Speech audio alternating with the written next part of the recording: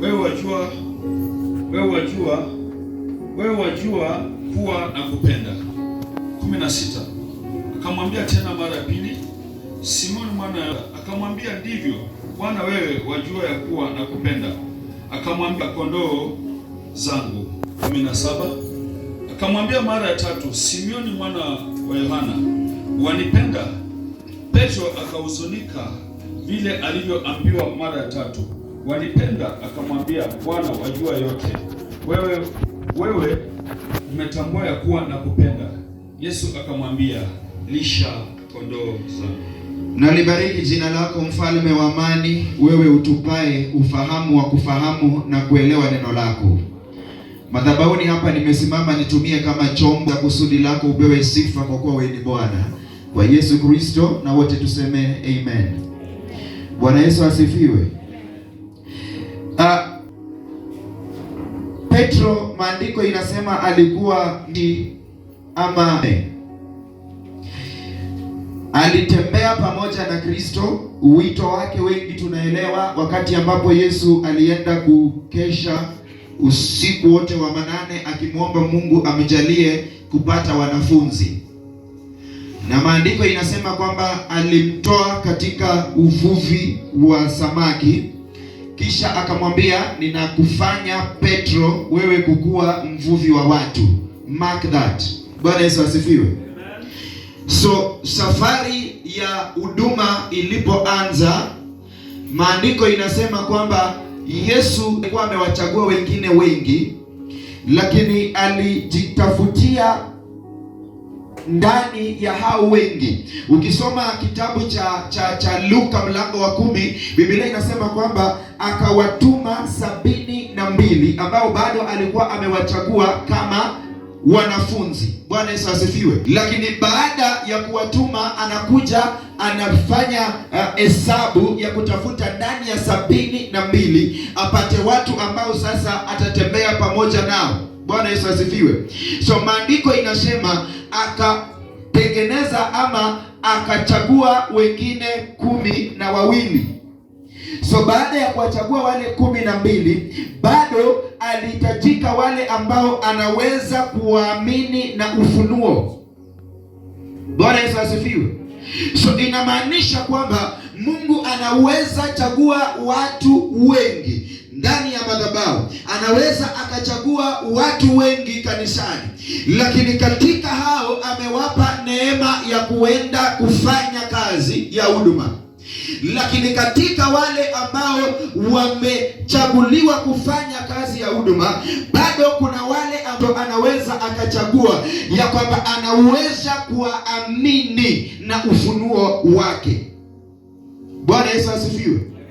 So kuna kuaminiwa na Kristo na kuna kutumwa ukiwa na ujumbe wa Kristo. So kuna watu waliobeba ujumbe wa Kristo kuenda kuhubiri, na kuna watu ambao wamepewa ujumbe wa Kristo na Kristo amewaamini na ufunuo aliyowapa. Bwana Yesu asifiwe. So maandiko inasema akatafuta wengine 3 ambao kwa hao 3 aliwaita the inner circle. Alipowathibitisha kwamba anaweza akatembea pamoja na wao, maandiko inasema kuna vitu ambavyo Yesu alifanya pamoja nao. Unakumbuka wakati ambapo ametoka ponya yule mwanamke aliyetokwa damu kwa miaka 12. Maandiko inasema akida mmoja akamjia Yesu akamwambia kwamba mtoto wangu nyumbani nimeletewa habari ya kwamba ni mdhaifu. Ninaomba ya kwamba tu hata kama utatamka neno ama umwendee, ninajua ya kwamba atapata kupona. Bwana Yesu asifiwe. Wakati ambapo bado Yesu alikuwa anazungumziwa habari hizi, mjumbe wa pili akaja na habari ya kwamba huyo binti hayuko tena, maana amekusha aga dunia. So maandiko inasema ya kwamba Yesu akaondoka na wanafunzi. Walipofika nyumbani kwa Jairo, wanafunzi wengine walibaki. akawachukua wale ambao alikuwa amewaamini na ufunuo wake, Petro, Yohana na Yakobo, wakaingia kule chumbani. Kisha Yesu akawaambia, kile mtakachokiona mahali hapa msiwaeleze wengine. Maana walikuwa pale ndani watu 5, wazazi wa msichana, Yesu pamoja na wanafunzi. Nikiongeza kama mama alikuwepo, kwa sababu katika historia ya Wayahudi hakuna mahali ambapo wamama walikuwa wanahesabiwa katika hesabu ya idadi. Bwana Yesu asifiwe. So Yesu alikuwa na wale ambao alikuwa anawaamini sana. Lakini mahali ambapo tumesoma, anaelekea kukamilisha huduma, anaelekea kukamilisha kusudi ambalo lilimleta katikati ya ulimwengu huu. Naomba mtu anielewe, kwa sababu nilipoanza kuanzia kwa mkesha, kuna mambo ambayo Mungu amenisaidia kuangalia tofauti kati ya Musa na Yesu, na vitu ambavyo vinaambatana kati ya Musa na Yesu. Nimezungumzia kitabu cha Kutoka kwa ufupi, lakini nimekuwa na summary ya Gospels zote 4 nikifululiza. Bwana Yesu asifiwe. Somali ambapo tumesoma mstari wa 21, Biblia inasema wakawa wamemaliza huduma, wakaketi. Usiku chakula kimeletwa, wameshakula, wameshiba. Lakini Yesu akiwaangalia mitume, anaangalia ndani ya mioyo zao. Bwana Yesu asifiwe. Anaangalia mmoja baada ya mwingine, anaangalia ni nini ambacho anaweza kuinstall kwa mtu kabla hajaondoka. Bwana Yesu asifiwe. So maandiko inasema alipowatazama wanafunzi wote, alibaki na swali juu ya mwanafunzi mmoja. Guza jirani yako, mwambie usilale. Bwana Yesu asifiwe. Akamuuliza Petro, je, Simoni Petro ama Simoni mwana wa Jona, naomba nikuulize, tumekaa hapa mezani, nimetembea na wewe, huduma tumefanya pamoja, ninajua tabia yako nje na ndani, hata wewe unanijua.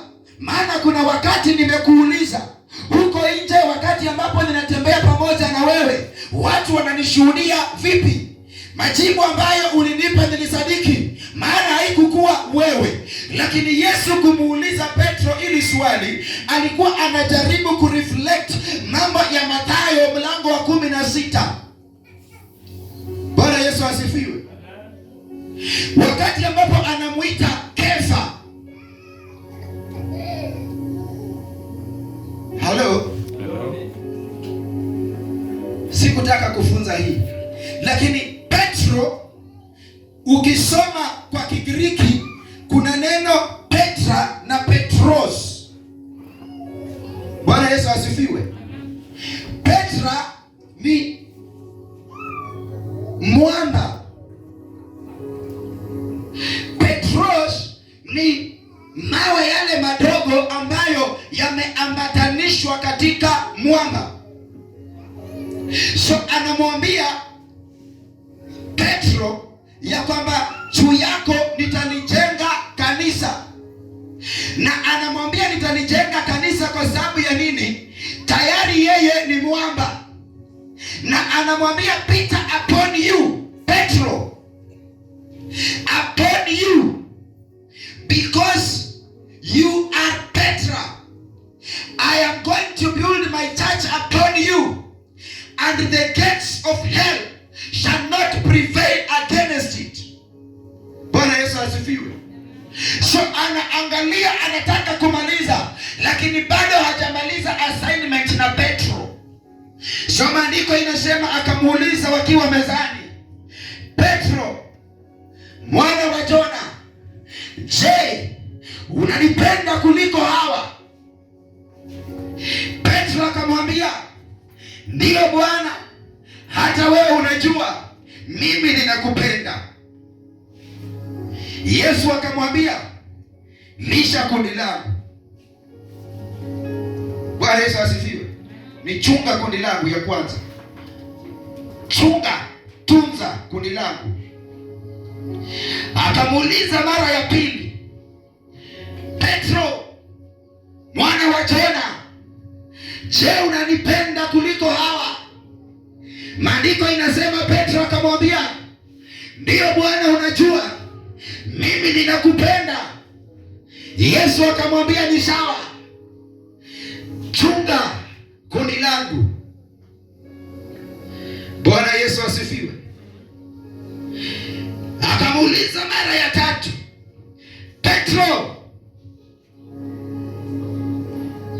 Bariona, je, unanipenda kuliko hawa? Maandiko inasema kwa sababu ya ghadhabu, kwa sababu ya hasira, Petro akashangaa, huyu mwanaume ni kwa nini ameniuliza mara ya tatu? Yeye anajua, kwa sababu mimi ninajua yeye ni nabii. Anajua na anaelewa moyo wangu, hata kabla sijatamka kitu anaelewa. Lakini maandiko inasema alipojawa na ghadhabu akamwambia Bwana, haina haja hata uendelee kuniuliza, wewe unajua mimi ninakupenda, si niendelee kujieleza. Maandiko inasema Yesu akamwambia, ni sawa, lisha ama chunga kundi langu. Mambo mawili ambayo nataka uyaone hapa ambayo Yesu alizungumza. Je, wanipenda? Akaongeza la pili, lisha ama tunza kundi langu. Bwana Yesu asifiwe. Petro hakujibu kwa ufunuo wa akili yake. I want you to get me clear. In the book of Matthew chapter 16, maandiko inasema Yesu alipomuuliza alimwambia, haujafunuliwa kwa damu na nyama, lakini kwa Roho. Na hapa anarudi kumuuliza, anahitaji hilo jibu. Maandiko inasema Petro alijibu, lakini ukiliangalia jibu ambalo Petro alilijibu, alitaka confirmation ya Yesu. Hakusema mimi ninakupenda, lakini alisema wewe unajua. Bwana Yesu asifiwe. Sijui kama Petro alikuwa amesoma habari za Ezekieli 37. Wakati Ezekieli anapelekwa kwenye uwanda wa mifupa mikavu, maandiko inasema kwa uweza wa Roho Ezekieli akaona mifupa ambayo ilikuwa imekauka. Maandiko inasema sauti ama Roho wa Bwana akamuuliza Ezekieli, mwanadamu, mifupa hii inaweza kuishi? Huyo mwanadamu akajibu akasema, wewe mwenyewe unajua. Bwana Yesu asifiwe. Na Petro naye anarudi kumwambia Yesu, wewe mwenyewe unajua. Biblia inasema akamwambia, ni sawa, chunga, lisha, niko na kundi. Chunga, lisha, niko na watu.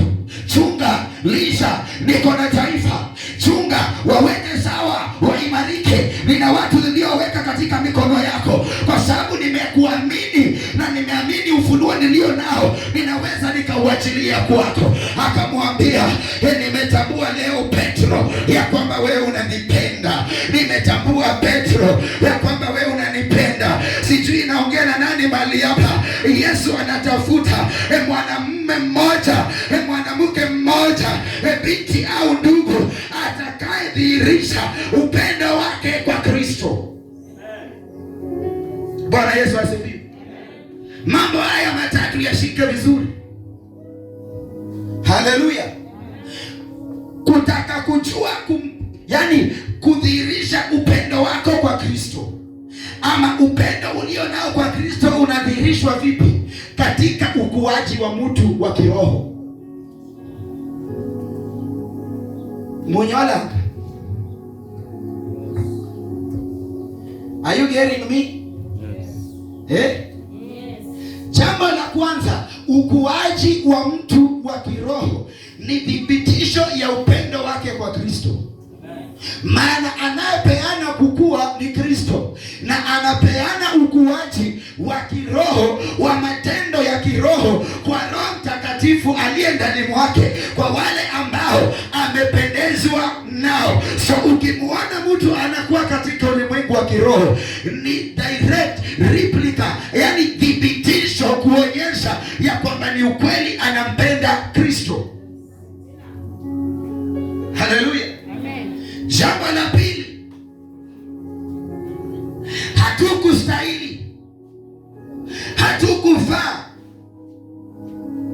Neema ya wokovu ndio ilitubeba, na Yesu mwenyewe anathibitisha hilo kwa maandiko na kusema, nyinyi sio nyinyi ambao mulinichagua, lakini ni mimi niliyewachagua katika wengi.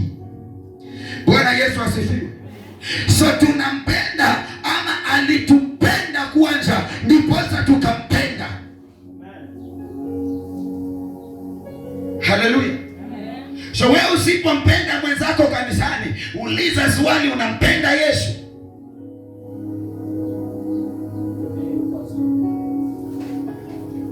Bwana Yesu asifiwe.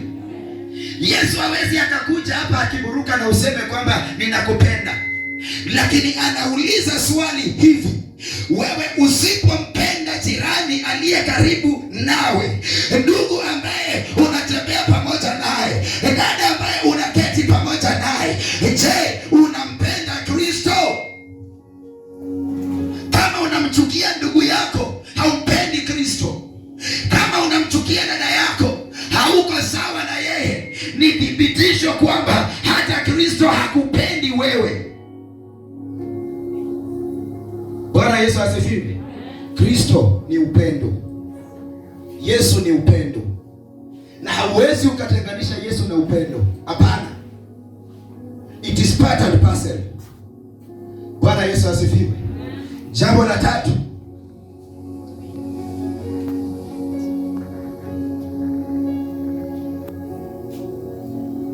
kudhihirisha upendo wako kwa Kristo, lazima mbingu itakuthamini, mbingu itakuamini. Bwana Yesu asifiwe. Haleluya. Mbingu itakuthamini. Bwana Yesu asifiwe. Kuna wakati mtu anaweza fika mahali na aseme, hata nisipoomba Mungu anajibu, hata nisipofunga Mungu anajibu. Kwa sababu gani? Mbingu inashuhudia kuna mtu ambaye anampenda mzaliwa wa kwanza ambaye ni Yesu Kristo. Mbingu inashuhudia kuna kitu ambacho kinahitajika kwa mtu aliyempenda, hata kama hajalitaja inatendeka, kwa sababu mbingu tayari imekwisha muamini mtu. Swali ambalo Bwana anauliza kanisa, je, unanipenda kuliko hawa? Bwana Yesu asifiwe. Umetamani vitu nikupe ni sawa. Umetamani mwaka huu nitembee na wewe ni sawa. Umetamani baraka zangu ziwe juu yako. Umetamani mwaka huu uwe tofauti na miaka iliyopita. Niko tayari kutenda, lakini swali ni je, unanipenda kuliko hawa? Nimeomba ni kwa sababu ya uzao wa tumboni, ya kwamba Bwana nibariki na watoto ni sawa. Niko tayari kutenda hilo, ako tayari. Umeomba ni kwa ajili ya karo, ako tayari kufungua milango. Umeomba ni kwa ajili ya huyo mume, ako tayari kutenda jambo kwake. Umeomba ni kwa ajili ya mapato, ako tayari ni kwa ajili ya hilo. Lakini wana Bible revelation, Bwana anauliza leo, je, unanipenda kuliko hawa? Upendo wa Bwana.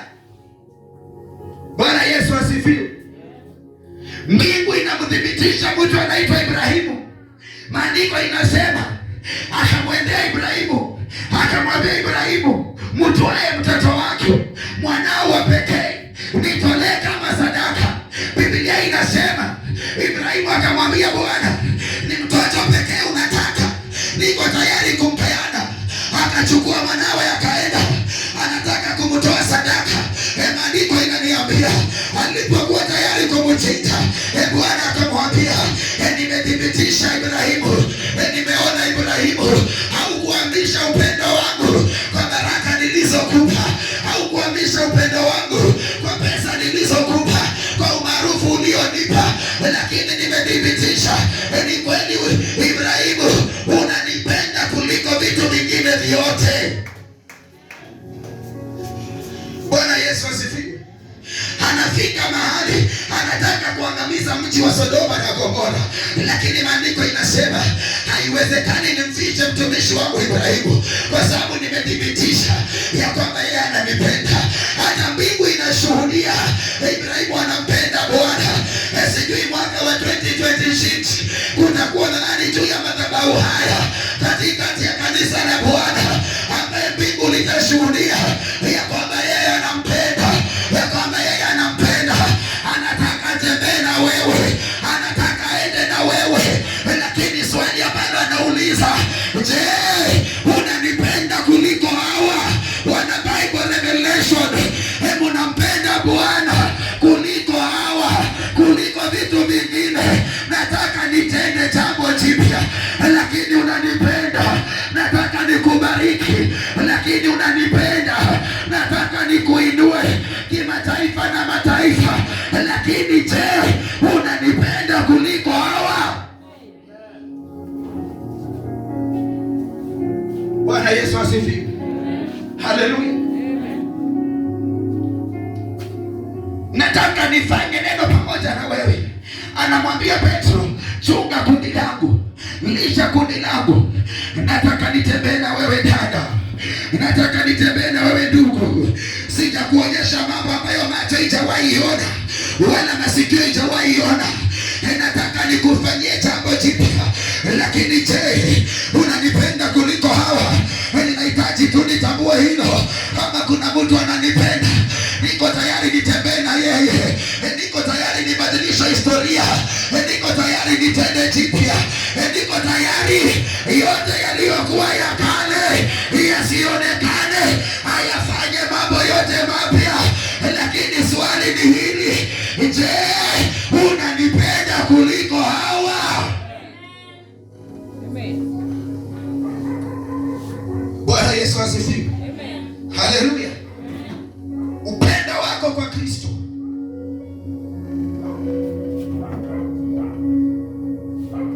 upendo wako kwa Kristo hauhitaji kuambiwa kitu, lakini wewe unafika mahali. Unajua, juzi nimekuwa nikifikiria, pastor, there is a time I used to call myself a son in the kingdom. I was misleading myself. Bwana Yesu asifiwe. God is not looking for sons and daughters in the kingdom, but God is looking for friends. Nirudie. God does not seek people that are called sons and daughters to his kingdom, but a person who is called a friend. That is the most important person that God has an agenda with. Bwana Yesu asifiwe. Anafika mahali anasema, David, a man after my heart, a friend. Unasoma Yohana mlango wa 11, unapata mwanaume anaitwa Lazaro. Watu wanakuja kuambia Yesu, rafiki yako amekufa. Lakini Yesu ashtuki, kwa sababu ni rafiki, ataishi tena. Bwana Yesu asifiwe. A friend. Hello. Bwana Yesu asifiwe. When you read the book of Job, maandiko inasema that Job was a friend to God. And that is why Satan needed permission from God that he may torment him, at least even if atatumia kakitu kadogo, lakini alitaka apewe ruhusa na Bwana ya kwamba aende kumjaribu. Sijui naongea na nani mahali hapa. Kama kungekuwa na marafiki nyumbani mwa Bwana, wangejawa na upendo kwa Bwana, angetenda mambo makubwa juu yao. 2026 mwaka ambao tumeingia, Yesu anataka rafiki. Yesu anataka rafiki. Yesu anataka rafiki. Petro rafiki. Ni nimeona unanipenda, ninafanya tenda na wewe, ninatengeneza na wewe. Anataka kupe uzima. Anasema, je, unanipenda kuliko hawa? Anataka kujalia uponyaji, unanipenda kuliko hawa? Anataka kuinue mashambani na hata mijini, unanipenda kuliko hawa? Anataka kuinue katika viwango vya kiroho, unanipenda kuliko hawa? Ndilo swali ambalo Yesu ananiuliza. Je, unanipenda kuliko hawa? Bwana Yesu asifiwe. Haleluya. Paulo anakuja kugonga msumari. Vitu hivi vingine vyote, hata unene katika lugha ya malaika. Bwana Yesu asifiwe. Hata utafsiri na kutubu kiasi kipi, lakini kama una upendo kwa Kristo, anasema ni kitu bure. Kumaanisha kuna watu wanaweza wakatembea na neema na vipawa vya roho, lakini upendo ndani mwao kwa Kristo hauko. What they are doing ni kitu ambacho Daudi anasema ndani ya 127 anakesha bure ama anafanya kazi ya bure. Lakini ukiwa na upendo wa Yesu, kila utakachowekea mikono kitafanikiwa, kila utakachotamka kitatendeka. Mambo utakayotabiri, utatumia kinywa chako useme, ninatabiri ya kale yamepita, ninataka nione mapya. Utayaona mapya, utayaona mapya. Natamani nyumbani mwa Bwana mchana wa leo kupatikane na dada, kupatikane na ndugu atakayejawa upendo kwa Kristo.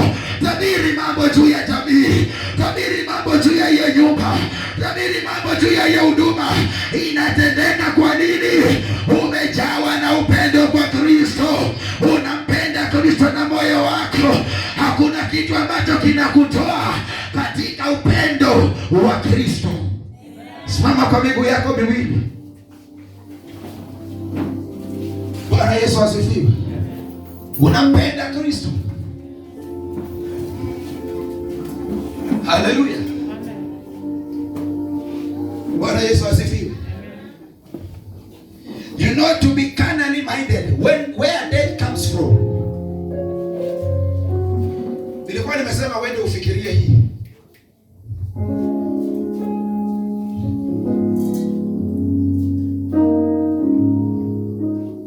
Hallelujah. Where there is love, God commands peace. Yes. Hallelujah.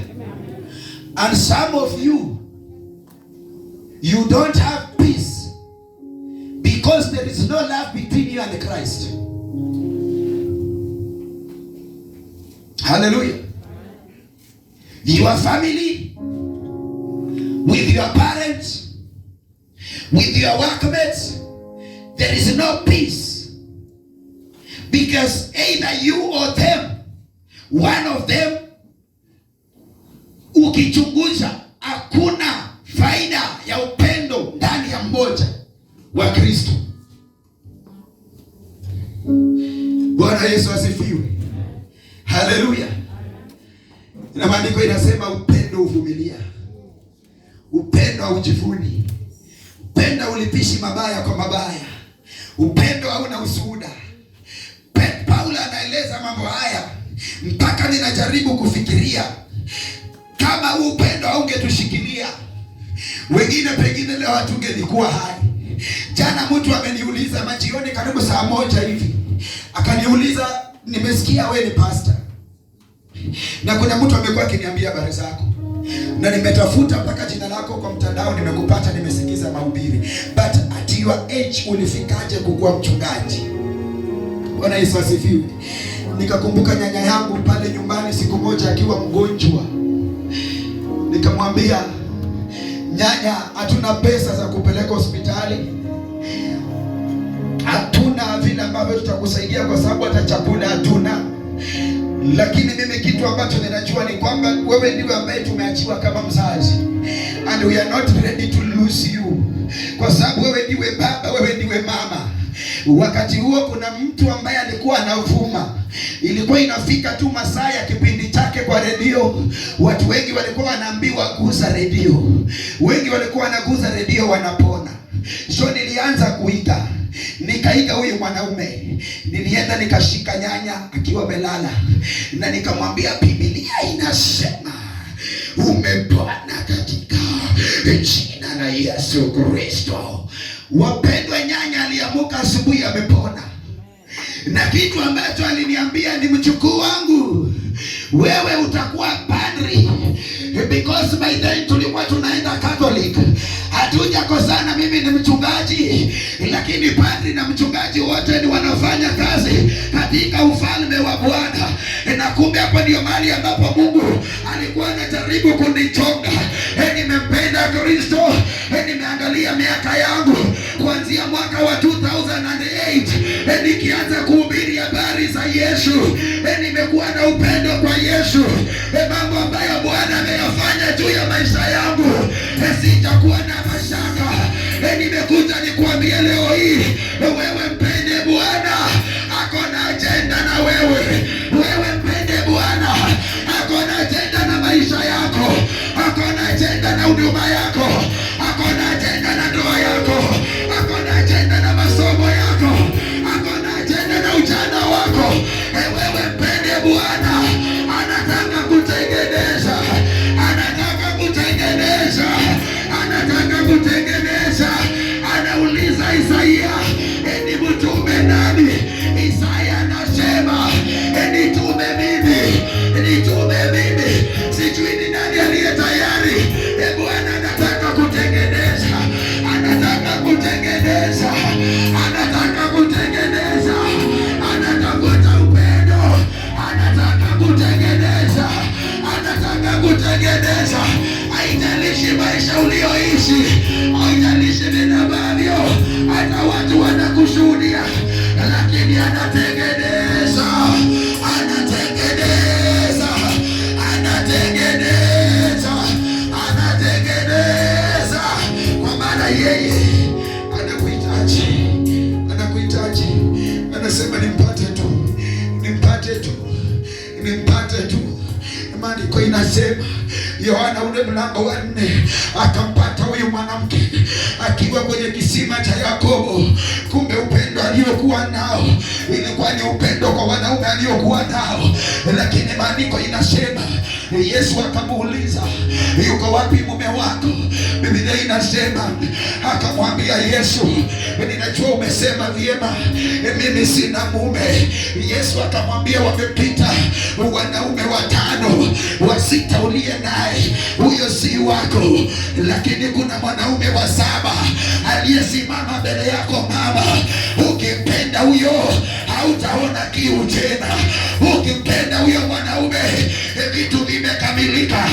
Mwanaume huyu wa 7 akiwa Yesu Kristo, vitu vinakamilika katika ukamilisho wa 7. Wewe mpende Yesu, vitu vikamilike. Miradi uliyoanza ikakuama, wewe mpende Jehova, vitu vikamilike. Kwa maana Yesu ameuliza, je, unanipenda kuliko hawa? Inua mikono yako juu, tafakari tu, tafakari tu.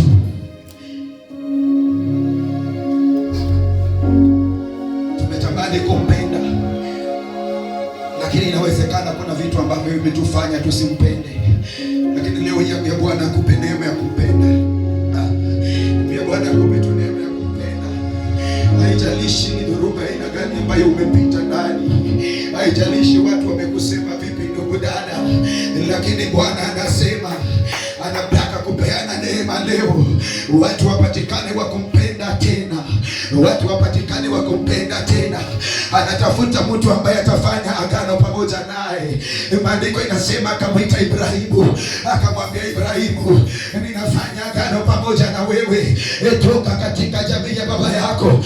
Ibrahimu hakujua aende wapi, hakujua ni wapi ambapo anaambiwa aende, lakini kwa sababu alikuwa amempenda Bwana, kwa sababu alikuwa amempenda Bwana, maandiko inasema Ibrahimu akatoka katikati ya mji wa baba yake ambaye alikuwa anaitwa Tera, akatoka akaenda mji ambao hakukuwa anajua. amejawa na upendo kwa Kristo, akasema nikipotea, heri nipotee nikiwa na wewe, heri nipotee nikiwa na wewe, maana wewe uko ndani mwangu, na mimi niko ndani ya moyo wako. Kama umenichagua mimi, niko tayari kuenda.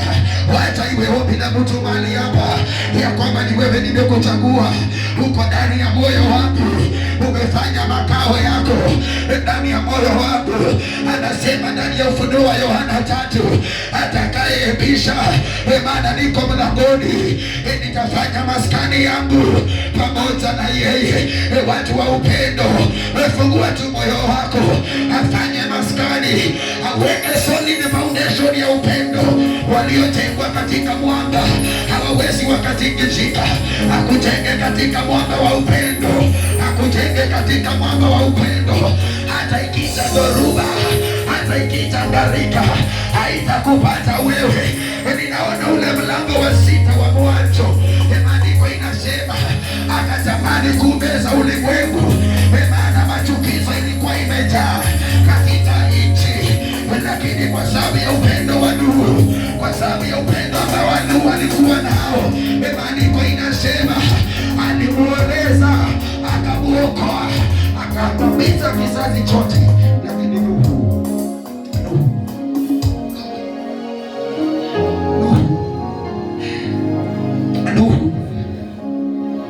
kumbe inapofika hata wakati wa maangamizo na kukataliwa na Mungu, anaangalia watu wanaompenda,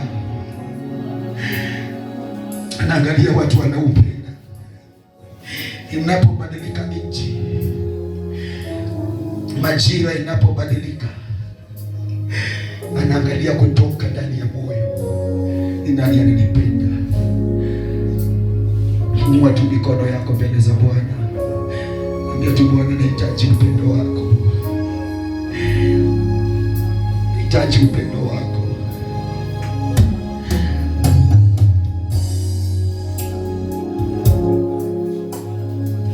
Katika upendo wako nitakufahamu, nitakujua hata zaidi, nitakujua hata zaidi. Katika kukupenda nitakuheshimu, katika kukupenda nitajua makusudi yako juu ya moyo wangu.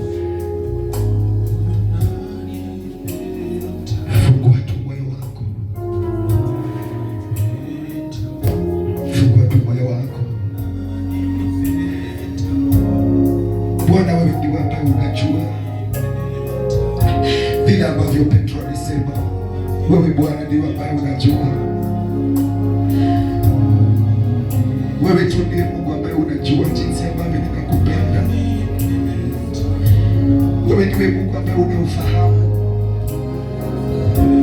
vipimo vya upendo ulio katika moyo wangu. Wewe ndiwe Mungu ambaye unajua,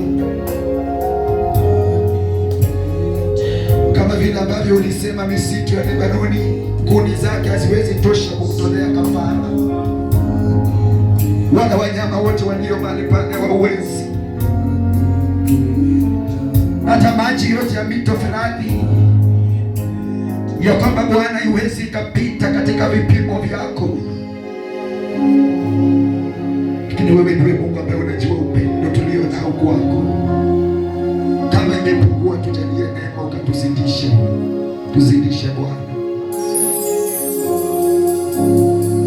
tuzidishe Bwana, tuzidishe Bwana, tuzidishe Bwana, tuzidishe Bwana, tuzidishe Bwana, tuzidishe.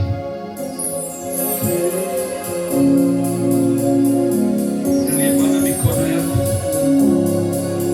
nijalie neema yako katika pendo lako,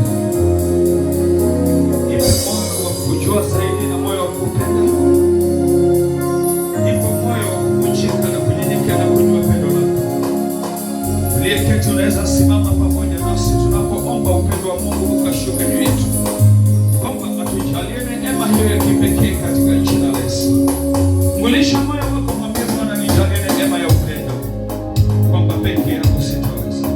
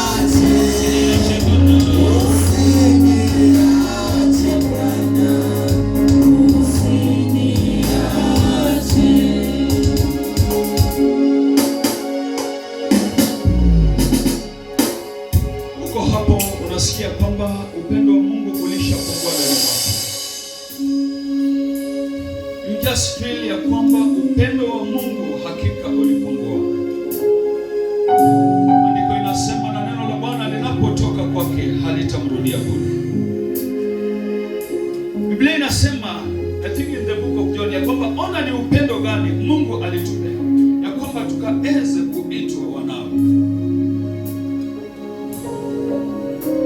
Kuna mambo Bwana anapenda kutenda, kuna mambo Bwana angependa ya kwamba yakatendeke, lakini kwa sababu ya lile pendo lilishapungua, basi inamlazimisha Mungu akose kutenda. Songa hapa, tutaomba pamoja nawe, naye Mungu atakusaidia nawe ukaenda ukaimarishe njia zako na Mungu.